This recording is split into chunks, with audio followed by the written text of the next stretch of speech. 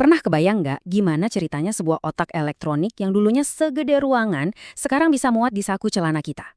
Nah, ini dia kisah luar biasa tentang gimana teknologi menyusut ukurannya, tapi kekuatannya justru meledak secara eksponensial.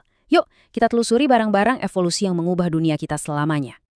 Jauh sebelum ada yang namanya chip silikon, kita punya ini, abacus, atau yang kita kenal sebagai sempoa.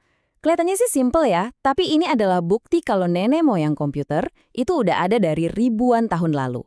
Dipakai sama peradaban kuno kayak Romawi dan Yunani, abacus ini nunjukin kalau hasrat manusia buat ngitung dan ngolah data itu bukan hal baru.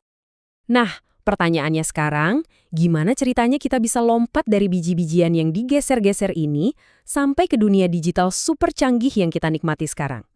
Jawabannya ada di serangkaian lompatan jenius yang benar-benar revolusioner yang mengubah arah sejarah. Jadi, semuanya itu kembali ke arti dasarnya. Kata komputer itu asalnya dari bahasa Latin, computare, yang artinya ya menghitung. Pada intinya, seluruh sejarah komputasi ini adalah pencarian tanpa henti untuk cara yang lebih baik, lebih cepat, dan lebih efisien buat perhitung. Dan pencarian itu dimulainya bukan dari mesin, tapi dari sebuah ide. Yap, sebelum ada satu kabel pun yang dipasang atau satu sirkuit pun yang disolder, komputer itu cuma ada sebagai ide brilian di kepala beberapa pemikir visioner. Oke, kita bahas dua raksasa pemikir ini. Di satu sisi ada Charles Babbage. Di tahun 1820-an, dia udah membayangin sebuah mesin mekanis raksasa yang disebut mesin analitis. Ini pada dasarnya komputer pertama yang bisa diprogram, meskipun baru di atas kertas. Terus, 100 tahun kemudian, muncul Alan Turing. Konsep teoritisnya tentang mesin Turing jadi cetak biru buat semua komputer modern. Jadi, gampangnya gini, Babbage itu yang memimpikan tubuhnya, sementara Turing yang mendefinisikan jiwanya. Nah, dari ide-ide di atas kertas itulah akhirnya lahirlah mesin-mesin yang beneran ada. Para raksasa elektronik pertama yang jadi penanda dimulainya era digital. Selamat datang di generasi pertama komputer. Era ini didominasi sama satu komponen, tabung vakum. Anggap aja ini kayak bohlam yang super rumit.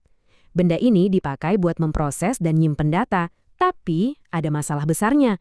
Ukurannya raksasa, boros listrik banget, dan panasnya luar biasa. Nah, lihat aja gambar ini. Ini dia ENIAC dari tahun 1946. Bayangin, butuh 18.000 tabung vakum buat jalan.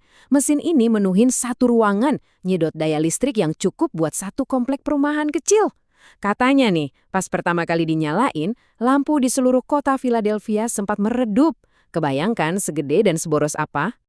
Lalu sebuah penemuan kecil mengubah segalanya. Transistor. Komponen mungil ini bisa melakukan semua yang dilakukan tabung vakum, tapi jauh lebih kecil, lebih cepat, lebih andal, dan yang paling penting, jauh lebih hemat energi. Ini bukan sekedar perbaikan biasa, ini adalah revolusi. Inilah awal dari miniaturisasi. Coba deh, lihat perbandingan ini. Di kiri, ENIAC generasi pertama yang segede gaban, di kanan, komputer generasi kedua yang jauh lebih ringkas. Beda ukurannya drastis banget kan? Inilah dampak nyata dari transistor dalam satu gambar. Peralihan dari mesin seukuran ruangan ke sesuatu yang akhirnya mulai kelihatan kayak komputer. Tapi revolusinya baru aja dimulai. Kalau transistor itu sebuah lompatan besar, langkah berikutnya ini lompatan kuantum.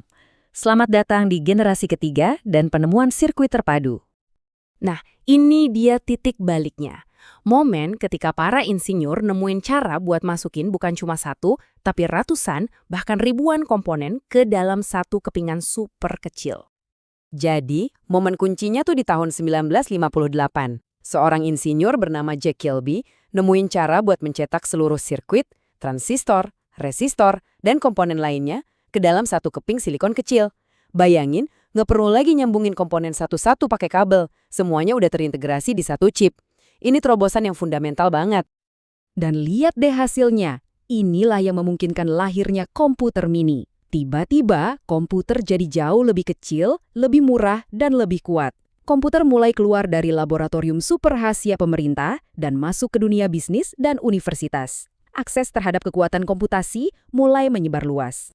Ini membawa kita ke generasi keempat, era di mana kita masih hidup sampai hari ini. Era mikroprosesor. Tujuannya makin jelas, bikin semua komponen jadi lebih kecil, dan lebih kecil lagi. Tahun kuncinya adalah 1971. Inilah momen saat Intel ngerilis 4004, mikroprosesor komersial pertama di dunia. Artinya apa? Mereka berhasil masukin seluruh unit pemrosesan pusat, otak komputer, ke dalam satu chip silikon kecil. Ini adalah momen ajaib yang akhirnya melahirkan komputer pribadi atau PC. Oke, kita rekap sedikit ya. Generasi pertama, tabung vakum raksasa. Generasi kedua, transistor yang bikin ukurannya menyusut. Generasi ketiga, sirkuit terpadu yang menciptakan komputer mini. Dan generasi keempat, mikroprosesor, yang meletakkan otak komputer di satu chip dan ngasih kita PC. Setiap langkah adalah revolusi pengecilan ukuran.